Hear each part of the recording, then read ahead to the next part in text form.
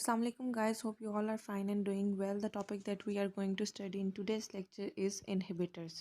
In this video, we will see the definition of inhibitors with different types of inhibitors and examples. और exam में बहुत ज़्यादा question पूछा जाता है कि define inhibitors, give different types of the inhibitors with examples. ठीक है, तो ये आपने बहुत अच्छे से प्रिपेयर करना है क्वेश्चन, और आपने वीडियो मेरी एंड तक देखनी है ताकि आप लोगों को अच्छी तरह समझ आ सके। और अगर कोई प्रॉब्लम है या कोई क्वेश्चन है तो वो आप मुझसे कमेंट्स में पूछ सकते हैं। Now we will see the definition of the enzyme inhibitors. An enzyme inhibitor is a compound that decreases or tend to decrease the rate of enzyme catalyzed reaction by influencing the binding site of substrate or its turnover number. ठीक है, now we will see the different types of the inhibitors. There are two main types of the inhibitors: reversible inhibitors and the irreversible inhibitors. They are further classified into subgroups as the reversible inhibitors are competitive inhibitors, uncompetitive inhibitors, non-competitive inhibitors, and the irreversible inhibitors are active site directed inhibitors and suicide or KCAT inhibitors. अगर अभी तक आपने मेरे channel को subscribe नहीं किया then please subscribe the channel Chill Medicos. Type of the inhibitor is the reversible inhibitor. ठीक है, अब हम देखते हैं कि रिवर्सिबल इनहिबिटर्स क्या होते हैं। Reversible inhibitors bind to enzyme reversibly through weak and non covalent interaction. ठीक है, अब वो एंजाइम के साथ जो है वो नॉन कोवलेंटली बाइंड कर जाते हैं और फिर वो एंजाइम के साथ जो है एंजाइम और इनहिबिटर कॉम्प्लेक्स बना देते हैं। ठीक है, और इसके जो इक्विलिब्रियम कांस्टेंट है वो के आई है। ठीक है, अब जो हमने अगर एंजाइम की एक्टिविटी को फुली रिस्टोर करना है तो हम इसके लिए क्या करते हैं, इनके इनहिबिटर को जो है वो डायलिसिस के थ्रू रिमूव कर देते हैं। ठीक है, अब रिवर्सिबल इनहिबिटर्स जो है वो इनहिबिटर्स और जो है ना इनकी इनहिबिशन जो होती है वो डिपेंड करती है कंसंट्रेशन ऑफ एंजाइम सबस्ट्रेट और इनहिबिटर की अपनी। ठीक है, और उस पर डिपेंड करेगा कि कितनी इनहिबिशन होगी। ये सिर्फ रिवर्सिबल इनहिबिटर्स के लिए। Now we will see the further types of the reversible inhibitors. These are competitive inhibitors.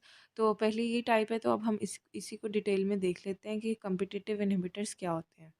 अब कम्पिटिटिव इनहिबिशन में जो इनहिबिटर्स यूज़ होते हैं उन्हें हम कम्पिटिटिव इनहिबिटर्स करते हैं। उन वो जो उनका स्ट्रक्चर जो है वो सबस्ट्रेट से रिजेंबल करता है और वो बाइंड करते हैं एक्टिव साइट पे जहाँ पर सबस्ट्रेट ने बाइंड करना होता है। इसीलिए वो इन दोनों में कंपटीशन होता है कि कौन सबस्ट्रेट पे बाइंड करेगा या इनहिबिटर। ठीक है, अब इसके लिए अगर हमने इंजाइम की एक्टिविटी को नॉर्मल करना और उसकी फंक्शन हमें चाहिए, तो हम क्या करते हैं कि सबस्ट्रेट की जो कंसनट्रेशन है वो ज़्यादा कर देते हैं, जिसकी वजह से जो इनहिबिशन है वो इनहिबिट हो जाती है और नॉर्मल फंक्शनिंग एंजाइम की शुरू हो जाती है। ठीक है, और इसमें जो है इस इनहिबिशन में जो के एम है वो इंक्रीज हो जाता है और वी मैक्सिमम में कोई चेंज नहीं आता। ठीक है, और इसकी एग्जांपल क्या है कि malonate is a competitive inhibitor for succinate dehydrogenase SDH. Now we will see the second type of reversible inhibitors which is non-competitive inhibitors. अब हम देखते हैं कि non-competitive inhibitors क्या होते हैं। इनमें क्या होता है, इनकी इनहिबिशन में के जो नॉन कम्पिटिटिव इनहिबिटर्स होते हैं उनके सबस्ट्रेट से कोई रिजेम्बलेंस नहीं होती। ठीक है, और ये बाइंड करते हैं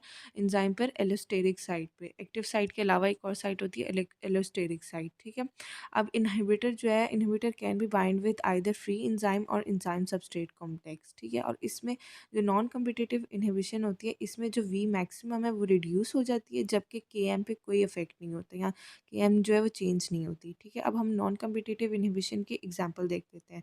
enzymes with S H group यानी कि that participate in the maintenance of the three dimensional conformation of the molecule are non competitively inhibited by heavy metal ions such as, इधर कौन सा हुआ है, मरकरी। ठीक है, एच जी हम मर्करी के लिए यूज़ करते हैं, तो इस तरह ये नॉन कम्पिटिटिव इनहिबिशन हो जाती है। We will see the third type of the reversible inhibitors which is the uncompetitive inhibitors. ठीक है, अब हम देखते हैं अनकम्पिटिटिव इनहिबिशन में क्या होता है।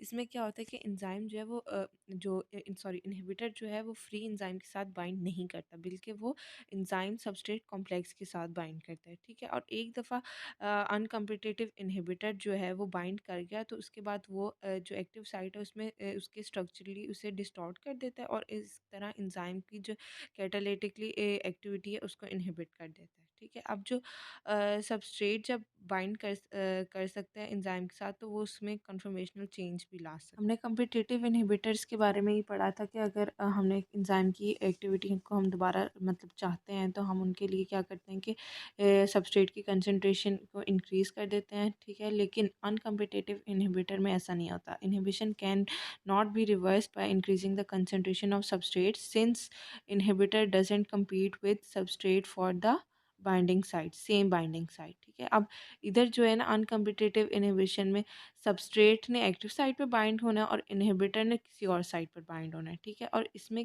इस इनहिबिशन में क्या होता है कि वी मैक्सिमम और के मैक्सिमम दोनों डिक्रीज कर, and the uncompetitive inhibition is common in the multi substrate reactions while it is rare in the single substrate reaction। अब हम इसकी एग्जांपल देख लेते हैं, जैसे कि inhibition of intestinal alkaline phosphatase by L phenylalanine is an, ये example है अनकम्पिटिटिव इनहिबिशन की, ठीक है। Now we will study the irreversible inhibitor. Irreversible inhibition में जो इनहिबिटर होता है वो बाइंड करता है एट और near the active site of enzyme पर। ये इरिवर्सिबली बाइंड करता है ताकि, और कोवलेंट बॉन्ड के थ्रू, ताकि ये एंजाइम से जो है वो डिसोसिएट ना हो सके। और इन इरिवर्सिबल इनहिबिशन में जो है वो इक्विलिब्रियम इस्टेब्लिश नहीं होता और हम ना ही एंजाइम एक्टिविटी को दोबारा रीगेन कर सकते हैं बाय डायलिसिस, ठीक है।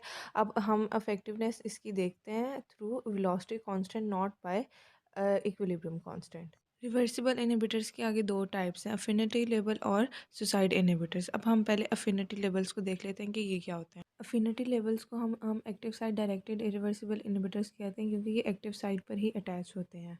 An affinity label is a chemically reactive compound that is designed to resemble the substrate of an enzyme so that it binds at the active site and form a stable covalent bond with the susceptible group of the nearby residue in the enzyme protein। ठीक है। अब ये affinity labels, ये इनकी importance क्या है कि ये they are useful in identifying the catalytic important residues, ठीक है। अब आगे हम इनकी एग्जांपल देख लेते हैं। TPCK यानी कि tosyl phenyl alanyl chloromethyl ketone act as an affinity label for chymotrypsin, ठीक है। अब अगर इसकी थोड़ी सी भी अमाउंट प्रेजेंट होगी तो ये काइमोट्रिप्सिन को जो है वो इनएक्टिवेट कर देगा।